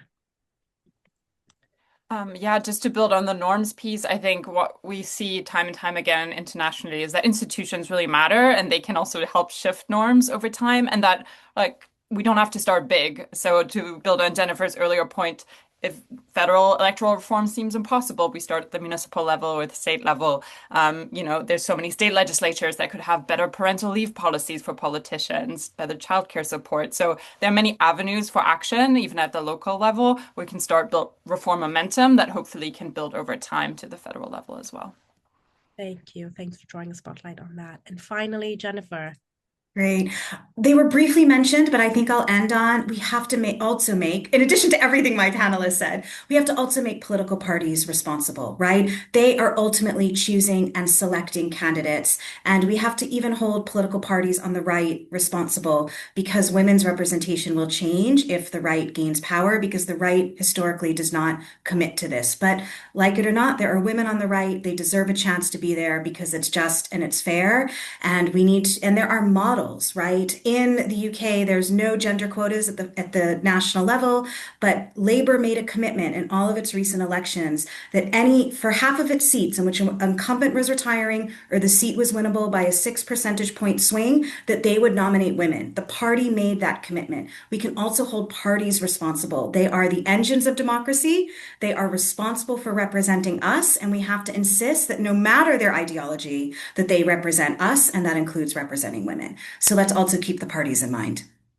Thank you. That's a really full, holistic way to look at the systems level change to end on. Thank you so much, Lois, Saskia, and Jennifer, for your time, your expertise, and for such speedy, precise ways to enter this very complex conversation. With that, I'll pass it back to Lana. Thank you to the viewers, and to be continued. Thank you so much. Again, so much packed into a short amount of time, but thank you for covering it so quickly and so eloquently. We really appreciate that. I'm going to jump right on in to our next conversation. And this is probably it's a very important conversation and question that we're asking is how do we build strong and sustainable leadership pipelines for women in different, parts of the country. And so for this, we've got our moderator. I'm very pleased to welcome Lindsay Williams-Drath, the CEO of the Forward Party, who's here with me today. She's also a Represent Women board member. Joining her, we have Susanna Delano, the Executive Director of Close the Gap California. We've got Luba Gretchen Shirley, the founder and CEO of Vote Mama. Ashanti Golar, the founder and the CEO and president of Emerge. And Athena Chino, the co-founder and executive director of the Advanced Native Political Leadership. And last but not least, Jennifer Lim, the founder and executive director of Republican Women for Progress. So thank you all for being here. I'm going to hop off to get right into the questions. Thanks, Alana, and welcome to this amazing panel. Look at these women. It's so exciting. Following this most recent conversation that we just had and talking about pipeline creation and recruitment, there were a number of comments in the chat, and I'm excited to talk to Jennifer about some of this today. But there were a lot of comments in the chat about the importance that parties have to prioritize this. They have to make it a priority for them. And in fact, I recall back in 2000, I want to say it was 2015, there was a young member of the House named Elise Stefanik who said, you know what, we have to prioritize recruiting women into positions of political office and recruiting them to run for Congress. And the Republican Party traditionally had a position that they would not interfere in primaries at all. That this was, they'd leave it to the states, and it was up to the states to nominate their candidates. And then once those candidates would get through the primaries, the National Party would weigh in. And Elise Stefanik went to Kevin McCarthy and said, that's unacceptable. If you all actually ever want to see gender parity and you want to have a strong pipeline of women, you're going to have to get involved in primaries. And she pushed leadership to do it. And I don't know what happened quite to Elise Stefanik along the way, but she actually, she single-handedly, as a young woman in Congress, pushed the hand of her male leadership to get involved in primaries. And she actually, she had really, really quite impactful recruitment pipelines created that election cycle. And so it makes a huge difference when the National Party gets involved. So we have this incredible panel today who are creating these pipelines all across the country. And I'm really excited to hear from you all about your work. And I'm going to start with Luba because she and I had a chance to meet when we were in Iceland together. So good to see you again, Lula. And so we're talking about women's representation. And folks often say, well, we just need more women to run. But you are working directly at Vote Mama with candidate recruitment and then how you subsequently support those women. what is the data actually telling us, and what is your experiencing? What do you experience in terms of why women aren't running, and what changes do we need to make to the systems? Like an Elise Stefanik going in there and saying, "I don't accept this anymore. We have to play in primaries." What sort of systems change would benefit Vote Mama candidates? It's not about getting more women to run, it's about changing the political system. Our political system was designed by wealthy, white, land-owning men at a time when women didn't have the right to vote, and we haven't really updated our structures. So I was just listening to the panel before this, like screaming, like, yes, that's the problem the whole time, because listening to how other countries actually run their political system, that's what we need to do. It's not about training more women, recruiting more women, getting more women to run. It's changing what it looks like. So most people don't realize that when you run for office, if you're running for Congress, it's the longest job interview you'll ever have. You're running for 2 years. You're working 18 hours a day. You cannot have an outside And I don't know job. if everybody knows you're speaking From from personal experience, yes, from your ran. race, because you did the thing. I ran in 2018. I did. And it really is the longest job interview. So most people you don't really realize that until you've been through it, but you're running 18 hours a day, you know, 2 years, you have no salary, you are now trying to take care of your children and somehow manage all of this. And then when you get into office, you are literally working around the clock. You have to raise millions of dollars. You're running every 2 years. There is no proxy voting right now, so you have to be in DC to vote. Where if you don't move your family to DC, you become a FaceTime parent. But if you move your family to DC, you're now attacked. It becomes a political attack. And there's, childcare wait lists for Congress members are 2 years at least. It's the entire system was not designed for caregivers. So if we actually want to see more women in office, we have to change the political system. By the time we're 45 years old, 85% of American women are moms, and only 7.2% of our Congress members are moms of minor children. There are more millionaires in Congress than there are moms. And we're missing their perspective. Their perspective is critical. It's absolutely critical. So each of your organizations has come up with different models for building these pipelines that we're talking about. And you guys have training programs, and you work on policy advocacy to advocate for things like proxy voting and increased childcare. I'm curious, Anathia, what have you seen? What's one strategy you've seen that's made the biggest difference in helping women step forward to run for office from a policy perspective? Gowatsi, help everyone. It's so great to see you. It's great to be on this panel with everyone. I'm Anathia.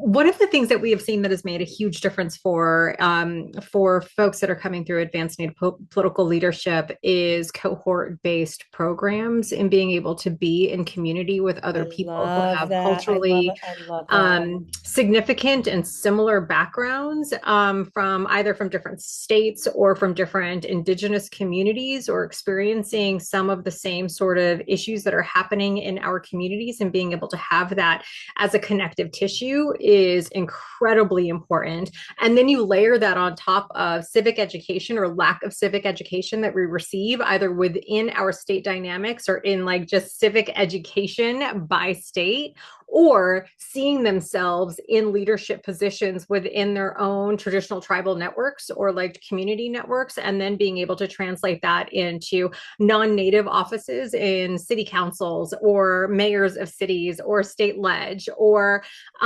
like federal positions, and being able to have examples of what it looks like is something that has been deeply meaningful for our communities. The policy transition and what that looks like in terms of the implication and the impact of that looks like universal childcare in New Mexico.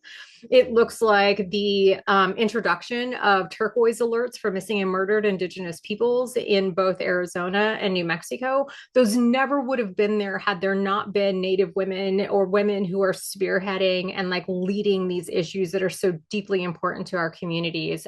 So it is being able to be in community, like I said, the cohort-based leadership is incredibly important. I love that. I love that. Jennifer, many women who are wanting to run for office, so they're excited to do this, and they feel that they're facing a systemic barrier. We talked, Luba was talking about caregiving responsibilities. Then you've got fundraising expectations. You've got, as I was referencing before, the party recruitment patterns and the refusal to get involved in primaries can serve as a barrier for entry. What barrier are you seeing the most often, and what sort of change do you think would make the biggest difference to removing that? So, just specifically talking about Republican women, some of the panelists on the previous panel alluded to this. But the biggest problem that we see for Republican women is there's no structure outside of the party right now where they can get credibility when they're trying to run for office. So, unless you're one of the chosen ones and the party agrees with when you want to run and how you want to run, there's really no way to come back from that. And especially your point about the primaries. On the Democratic side, women were so smart, 50 years ago to go outside their party and create these structures. And on the Republican side, we have, a handful, like less than 5 Republican women's organizations that actively fund women running for office, train them. And so one of the other structural barriers, you alluded to this in your intro comments as well, is the identity politics that kind of guides so much of what the Republican Party does and doesn't do on women's recruitment. Is that we've had for 10 years now a partnership with the campaign school at Yale. And so many Republican women who want to run for office don't even know that these programs are for them, because they haven't grown up in their party with this knowledge that I can be trained to run for office. So a lot of the work we do is getting out there and telling them the campaign school at Yale is for you. This training program at American University is for you. All these training programs train Republican women as well. And bridging that disconnect is a lot of what we do. Yeah, the kind of progressive movement in the Democratic Party has done a much better job creating pipeline organizations and recruiting organizations. And this particular panel brings together a number of different organizations working to bring people from Native leadership pipelines to mothers running for office, and folks across the ideological spectrum. So, Ashanti, what lessons have you learned about pipeline building that truly reflect the diversity of this country? So Jennifer's talking about how the Republican Party hasn't done a great job, recruiting conservative women, but we've got a wonderfully diverse panel today. So what have you experienced in this space about building pipelines that are truly representative? Well, the thing is, you just have to absolutely be intentional. If you're going to be performative about it, then it's not going to work. At Emerge, we are extremely intentional. When I came on as president and CEO, we created our Emerge 2035 vision. And when we look to the future of the country and the Democratic Party, it was really Black, brown, and Indigenous women, women of color, young women, unmarried women, LGBTQ women who have been fueling Democratic victories. And we just don't want them to be voters. We want for them to put their name on the ballot. So in order to do that, we overhauled our curriculum, and we are just very intentional from the first day, teaching everyone about why it is important to know and understand everyone who's going to be in your district, because you are going to be serving them, and to represent them well, you have to understand the differences of people. I think that's the first point. The second point is we have built out so many programs for different women so they can have a home, a place at Emerge. If they just want to do a signature training program, that's great. If they're an active candidate and they want to do one of our boot camps, we have that for them. But we also have Gavel In, where we have been recruiting and training women to run for judicial positions. The people at the Supreme Court, they came from the state and local level. They had to get there. We also have our Seated Together program for Black women elected officials to run for higher office because they need that additional support. And that program has yielded 3 new Black women members of Congress, one including Janelle Bynum. She's the first Black woman to represent Oregon. And we know Oregon, not really a diverse state, but look at what they did. They have sent a Black woman to Congress and also a Latina to Congress who is also an Emerge alum. alum. And then there's also just making sure there's the overall pipeline of broad leadership development. So many women, when we ask them to run, they don't see it in themselves. So we have to also give them the tools and resources to say, you have it in you. So they're able to do our Leaders Emerge program out of our C3, where we start that holistic leadership development, where we talk about the mental, the physical, the emotional stuff that you need to lead. And we see those women then stepping up to run for office. So it's about being intentional and having a full ecosystem of support for these women to step up and run and to have the programming, the resources, and you all have heard it, like my sister leaders have said it, that network to support them is key. Yeah, absolutely. Absolutely. I love hearing network, cohort. These are things that are so important. I think so many of us as women are looking for that place of belonging where we can be re-empowered alongside other women. So Susanna, okay, you have a magic wand and you can wave it and dramatically see more women in positions of elected office in 10 years. What would be the thing? What would be that kind of magic wand that you would need? Is it a structural reform? Is it a significant investment? Is it a program? What would you want to be able to do? I'm such a realist. It's hard to dream. I think particularly this week, but definitely, I mean, having watched the last panel too about the kinds of reforms and the way we started up this conversation, as someone who is so embedded in the ground in our work here at Close the Gap, California, I'm definitely thinking about ways to get results in the near term while we all collectively fight for the greater reforms that we would like to see. So maybe a midway point in some ways is about compensation packages. And I just want to lift that up we talk about, and Ashanti mentioned this, like women bring so many different perspectives and identities to the fore when they are elected. They are moms, they bring their intersectional racial identities, they bring their caregiver responsibilities, their experiences. Enriching the compensation packages. And I say this as someone who works in the state with the best state legislative compensation package of any state in the country, would be such a game changer and really a portal, I think, for a dramatic transformation in candidate pools, all inclusive of every, perspective that's been missing for so long. So I would love to see that, but in the meantime, definitely double down on what my esteemed fellow panelists have talked about in terms of dedicated space and cohorts and getting out ahead. I think at Close the Gap we really focus on meeting women where they're at, and the reality is most women come to us somewhere between maybe I'd think about running and I'm doing it, and men tend to have a very short jumping point from the I'm thinking of doing it, somebody asked me to do it, to I'm doing it. So really meeting people where they're at. And just an example is Assemblymember Lori Wilson, who is also an Emerge alum here in California, and my assembly member, which I'm happy to say, if not for, she had all the preparation in the world. She went through Emerge training early on. She had a pipeline group sort of organically formed in her county, paying attention to women and reflective representation. If we hadn't sat down with her in 2018 to talk about a potential 2024 opportunity, she has told me she may not have put in the time to really prepare and be ready. And what ended up happening is the outgoing incumbent, the assemblyman that she succeeded, announced on December 1st, 2021, that he was leaving. It was a surprise to most folks. And Lori was able to announce on December 2nd with a full host of endorsements and clear the field as the first Black woman ever elected in this geographical part of California. So those are the kind of success stories that I think we can tell when we set aside that deliberate, intentional space. And when an ecosystem like the one we have in California, which is hitting women from all different angles, all different points in their candidate arc, is able to come together around one focused seat. That's amazing, Susanna.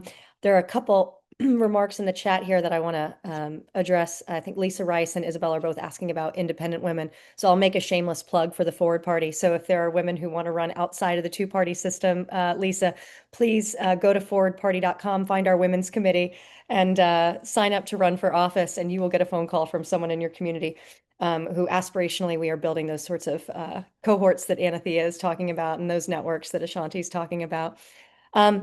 Talking about quality of life for people in elected office, I was just talking to Wendy Feliz, who I know is a supporter of a lot of the Thanks, Lisa. We were talking to Wendy Feliz earlier today, who I know a lot of you all know from the Arthur Blank Foundation and the work that they're doing to support modernization in legislative bodies, to support quality of life for legislators around the country. And a lot of you all might know Nicole Levine over at Rebuild Congress Initiative. They're really focused on that as well. So I think how we are not just electing people, but then how are we keeping them there and making sure that they're safe, they're secure, that they have all of the tools that they need to lead is really, really important. So one of the things that I want to kind of touch on when we think about pipeline organizations and recruitment of women,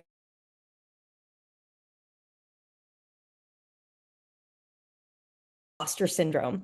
So how do you all, as leaders who are inspiring women to run for office, and we'll do kind of a quick round robin in the last 3 minutes of this panel, jump in, and how do you tell women to address imposter syndrome? I say we stop asking women that question because we never ask men that question. And I feel like we should, I'll tell you the one thing I learned when I ran for Congress is I used to think that all members of Congress were so smart and understood policy at a really deep level. And then I got to my first debate with a man who had been in office since I was 12. And I very quickly realized that he didn't know what the hell he was talking about. So I always say this to every one of the candidates that we've supported and endorsed. If you can read, if you can talk to the people in your community, and if you care, you are already more qualified than most people in office. Go and run, because that's genuinely what it comes down to. Women will always worry about whether or not they're qualified, and men will just, to Susanna's point, just jump in. So I think we should never ask the question about imposter syndrome and just run. Run when you feel ready and when you are passionate enough to put your whole personal life on the line, because that's what it takes, and just jump in head first. And for me, I say that they have the Old Boys Club, and at Emerge, we're building the New Girls Network.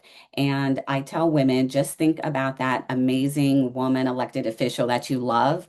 She started somewhere. Everyone starts somewhere. So don't put all this pressure on you that you have to be perfect, which is something that we like to do as women. And just know that it is already in you and that you have all these amazing organizations that you can tap into. And we will give you additional tools, resources, and skills to be very competent on what it takes to run, confident on a campaign trail, and effective in elected office.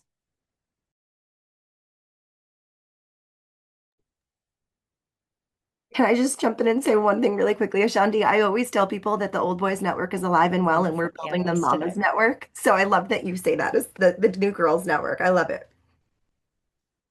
And they are not ready for us.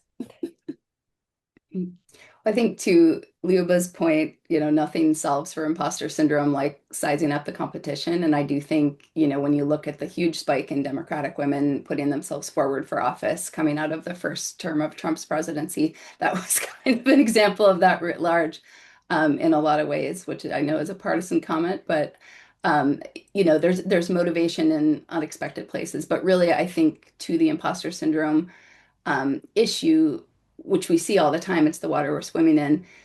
I think part of the solution also is intentional recruitment, just the mere act of being asked, whether it's by an individual or by a community, to think seriously about running. A lot of times will dispel a lot of that doubt. And then when you're introduced to a larger community, whether it's, Emerge Sisterhood or a cohort that you're in, or a small group that's working with you, it really helps you to envision that path and think of it as a concrete option. So you're much more confident making a decision about whether to run or not. Yeah, we always talk about responsibility, relationships, and reciprocity. And when you are kind of like coming from a framework of a responsibility to your community, if you are coming in with the framework of a reciprocity in being able to be in positions of leadership with a voice, is that you also have a responsibility to hold your hand back sideways and bring other people into those spaces. And you are no longer an imposter. You have a whole community of people who you are constantly in communication with, who you are constantly in relationship with. And all of these moments call for bravery, and everyone else is really like navigating the newness of this moment and the drastic change that is happening all around us. And when you are doing that in community with other people, is that it's no longer as scary. It's no longer as daunting. And being able to think about making that brave choice to do something that maybe nobody else in your community has ever done before is that you are never doing it alone. And there's something just really beautiful and powerful about that all of the time, but particularly in this moment. This is a moment for bravery, and you all are extraordinary leaders. Thank you so much for all that you're doing to bring more women into the political arena as leaders. So I'm going to turn it back over to Alana. Thank you so much, Lindsay, and for all of the fabulous women who we just heard from. I know that was a lot of questions and people for such a short amount of time. Again, we are going to definitely build these out into longer hour-plus panels in the future. I am wondering, can you see me? There I am. Okay. So I am jumping over to our next conversation, our last of the day. And this conversation brings us into a discussion about women's leadership at the highest level of government communications and public service. So I'm honored to welcome my colleague, Tamaya Denard, she's Represent Women's Programs and Partnerships Manager, and she's also a former elected official. Tamaya was the first ever openly LGBTQ woman to be elected to the city of Cincinnati, and she served as president pro tem of Cincinnati City Council, and she is a proud native of Ohio. She likes to refer to it as God's country frequently. And she will be joined today by Corinne Jean-Pierre, the former White House press secretary, for a conversation about women leadership in the state of democracy. So Corinne made history as the first Black woman and the first openly LGBTQ person to serve as White House press secretary under President Biden. And her career has been defined by a deep commitment to public service and democratic engagement. So Corinne, we're just so thankful that you're joining us today. And I'm actually going to turn this over to Tamaya because she is such a huge fan of yours. And wow. think that this is going to be a fabulous conversation. So I'm going to step out and I'll let the two of you chat. So I will pop off. Tamaya, over to you. Thank you so much, Alana. It is such a pleasure to be with you. How are you? I'm doing great. I'm doing great. It's finally warm. I know it's like 70 done degrees. With the winter, finally warm. But thank you so much, Shamai. I'm really looking forward to our conversation. Thank you for having me. I want to say a quick shout out to Ashanti, who I've known for a very long time and has just been an incredible leader in this space. And I just wanted to shout her out and say thank you for everything that she has done over the years. Ashanti is absolutely amazing. So yes, I am an Ashanti fan, and she knows it. So thank you for that shout out. But speaking of fans, a big fan of yours. And thanks. As someone who is openly gay in the political space, your visibility and representation means a lot to a lot of people. I know you hear that, but I hope it never gets old. Because I know that, and I'll just kind of jump right into the questions, but it's quite an honor to be with you. You served as the White House press secretary during a very tumultuous and intense time in American politics. And I'm just curious, how did that experience shape the way you think about the role of leadership in terms of maintaining public trust and in democratic institutions? Well, thank you. And really wonderful to meet you, Tamaya, and having this conversation. I've been listening for the past 10 minutes of the back and forth you all have been having on the webinar. It's pretty powerful and important. So I'm glad that you all are creating this space and community for women in particular and talking about, okay, how do you get involved? And it's so incredibly important, especially in this moment, in this time when vulnerable communities are under attack on a daily basis. Look, I think you said something in your introduction of me, which is the importance of representation and how important representation is for in particular for me is the communities that I am part of. And so when I was White House press secretary for 2.5 years, I was in the administration for 4, but those 2.5 years that I was at the podium almost every day, I understood how important it was to have been the face of this administration, certainly on the staff level, and what it meant when we talked about vulnerable communities and how, I spoke for the President of the United States. When you saw me behind that lectern at that podium, there was no one who looked like me ever before that had held that position. And so during that tumult, yes, it was a tumultuous time, but there was the importance of that representation and the importance of people being seen in those difficult times, in those difficult political times. And so I learned a lot about, people would ask me, how are you able to keep your composure at at the podium? And a lot of it was because it wasn't about me, right? At the time, I wasn't speaking for me. I was speaking for the president of the United States, and I was representing him. And so keeping that composure and not taking anything personal and not making it about me, even though that representation was so powerful, was something that I had to learn.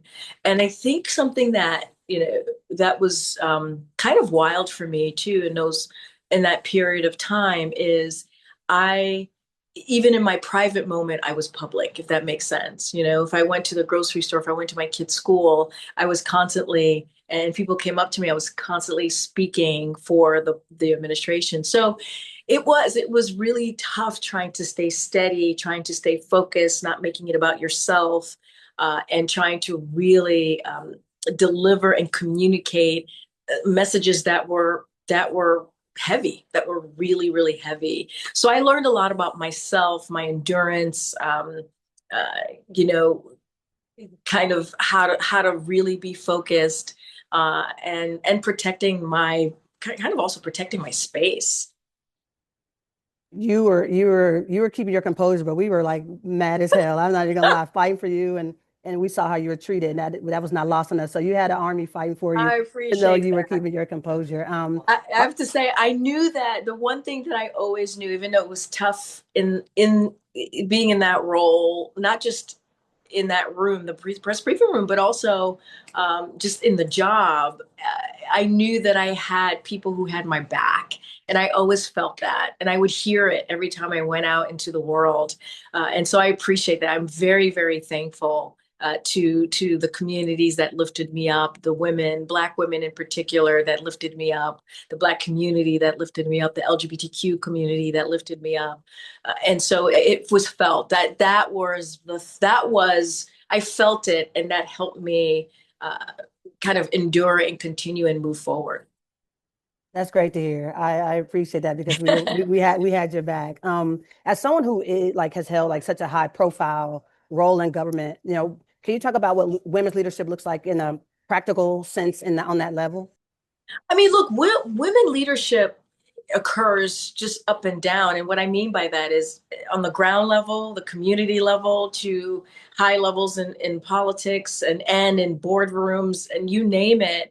And it is important. It is so critically important to have a woman's voice and her experience, her lived experience, right? My lived experience actually helped me do my job as White House press secretary. My lived experience when I was, in the Oval Office or prepping the president or talking to him about what's happening in the world helped me do my job in that way as well. So I think having leadership, women in leadership, is so critical. I love the message that I was hearing, which is run for office, get involved. If you feel moved, do it. It is so important to have that, because if we don't have those diverse voices in the room, then how are we going to make change? How are we going to change how policy is being done, how we're perceived, just more broadly? And so I think it's so important for that message and that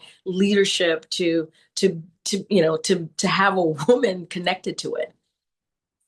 In terms of the diversity, let's talk about your book, Independent, which I really appreciate, because a lot of people don't think about diversity in terms of that. They think about it in a racial and a gender lens. But when you talk about independent, like moving past like the rigid partisan identities, what kind of value-driven politics would you say needs to shape women's political power and leadership in the United States? It's such a good question. So look, there's so much behind the book Independent. And what I mean by that is, yes, you're right, is a diverse way of thinking. And one of the problems that we're having right now, in my opinion, I've been in the political sphere for about 20 years. And what I have seen, and obviously part of the Democratic Party for those 20 years, is that I think the reason we are where we are today is there's something broken about our system. It is way too partisan. People feel left out of the process. They don't feel like they're represented by either party, and so we have to figure out how do we fix that. Right now, what we're seeing is the power is the person sitting behind the resolute desk has that power, and the Supreme Court certainly gave them all of that power as well, and that's a problem. And when I've gone around the country talking to young people in particular, they feel disenchanted, disenfranchised by the process. They want to get involved, they want to make change, but they don't know how. And so it is important to have diverse voices, to have different way of thinking, not just in how we look, but how we see certain policies, how we go after certain ways to fix things, to make change. And so that's the premise behind the book. It's like, okay, we have to figure out how do we get out of this quagmire that we have created in this political system, and how do we become independent thinkers, and how do we think for ourselves and not lean into any of the parties, any of the political system. It is so important for us right now to be our own fact checkers, to push powerful people, to hold people to account, to make sure that we bring our communities with us, to make sure that we're not silent, to make sure our voices are loud and clear. And that is the premise behind the book. And when our leaders are not behaving in the way that we want them to, we have to call them out. We have to hold them to account. And so that is kind of the conversations that I'm having across the country, in when I talk about certainly the political moment that we're in. Definitely. And I appreciate your comment, because I think a lot of times people will say, well, the Democratic Party, well, at least they're not them, but it has to be more than at least they're not the other person. Exactly. So I really appreciate that. Now, just I know you worked at the White House, but what does effective leadership look like for women on all levels of government today? Effective leadership, I think, look, if you're going to be an effective leader, in my opinion, you have to have people who are helping you either, run a company, be in politics, who are even smarter than you, right? Who have diverse voices, who are going to push you to think outside of the box. And that shows true leadership if you're able to do that, right? If you're able to stand at a table and know, okay, this person may know this topic better than I do, but I have them at the table because they're going to help me, push me, think outside of the box. And so to me, that's important leadership to have. I think as you think about, as women think about, okay, how am I going to break through? How am I going to be an effective leader? I think that's from what I've learned in my career, that is critical to do that as well.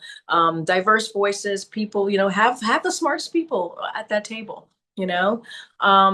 and also, create spaces for people to come behind you, create opportunities to make sure that you're not leaving an empty chair, if you will, an empty space, and folks have opportunity to be part of the process with you. And that is hard. That is really hard. One of the things that I learned, or that I experienced when I was in the White House, is like, you're in a bubble and you're just trying to survive every day. And sometimes it's hard to think outside of the bubble. Sometimes it's hard to think about, okay, what else can I do while I'm here? Because you're just trying to survive. You're literally trying to survive every single day. And so that is, it is something that's hard to punch through. And then the other thing I would say is self-care. Make sure that you're taking care of yourself. We have the tendency of women to take care of everyone else and forget to take care of ourselves. And in order to survive the everyday, who knows, unpredictability of the job, of what you're trying to accomplish, you have to also make sure that you're focusing on yourself. And if you do that, and if you have that self-care, and if you take care of yourself, you're just going to be a better leader. Last question before I turn it over to my colleague, Alana. In terms of difficult times, can you just share what gives you hope? I know a lot of us are looking for that these days. Yeah. And look, we have to be hopeful. We just have to. In this moment, look, here's how I see what's happening right now. Fear is the point, right? Chaos is the point. Keeping us silent is the point. And if we are silent, then they win. If we are fearful, then they win.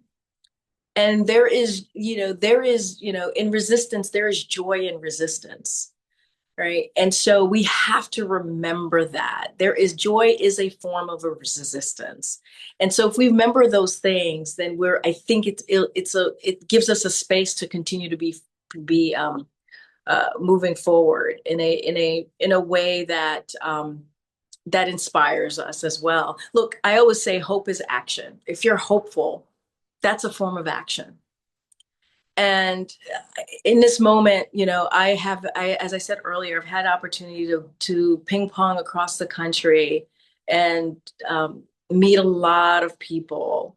And that what I hear from folks, what I hear from young people in particular about how they want to get involved and how they want to figure out where their voice can be. When I meet young people who are in journalism, studying journalism in college, I'm like, wow, even you, like for them, that's sending a message, right? When you see young people in journalism, when you see what's happening to journalists right now, and the media is being under attack, and they're saying, okay, but I still want to find my voice. I still am passionate about being a journalist. That gives me hope. When I hear the conversations that's happening on this webinar, that gives me hope. And, I think hopefully during this day that you all have been talking to each other and trying to figure out, ways to have community, that you have felt hopeful in just this day alone. But we have to, because I have an 11-year-old, and one of the things that's been really wonderful leaving the White House is I get to be mama again, right? I get to be there 24/7 as long, and really make my schedule around her. And she is part of a drama club, and I took her to her first theater production this weekend. And just being in that room and watching her for the first time be on stage and acting, and watching her peers do that, that gives me hope, because they are themselves thinking about what they want to be in life. They're thinking about what they want to study, how they see their lives, how they interact with their friends, and so that gives me hope, and that also is an encouragement that we need to keep fighting. We need to keep fighting for them. We need to keep fighting for people who are under attack. We need to keep fighting for vulnerable communities. We have to. There is no other choice but to do that. That is humanity. We cannot lose our humanity in this moment. Amen to that. Well, let me tell you, I can't thank you enough for joining us on behalf of Represent Women. You gave us a quick yes. We sent out the invitation, and we can't thank you enough. Absolutely. We appreciate you, and I can't wait to finish. I just started reading Independent, and I can't wait to finish it. So thank you for your time. Thank you. We appreciate it. I appreciate you. Thank you so much. You're welcome. And pass it back to my colleague, Alana. Oh, that was the best way to end the day. And I am leaving today hopeful, and we've already gotten a lot of messages from people that they are leaving today hopeful. So again, it truly is. We need to hold on to that hope. That is something that we have, and it's powerful. I think people diminish hope. Hope should never be diminished. So I am just so thankful we're at time.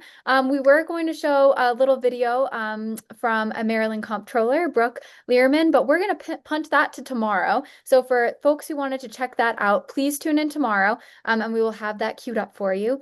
But thank you for an incredible second day. We're just so grateful for everyone being here and for staying on, even though we ran over a little bit.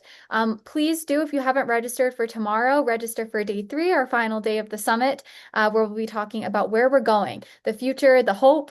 Younger voices. We'll have some younger teenagers joining us tomorrow to talk about what they'd like to see from the future. So we're very excited for our next day to commence at 3 p.m. tomorrow. All right, everyone. Thank you so much.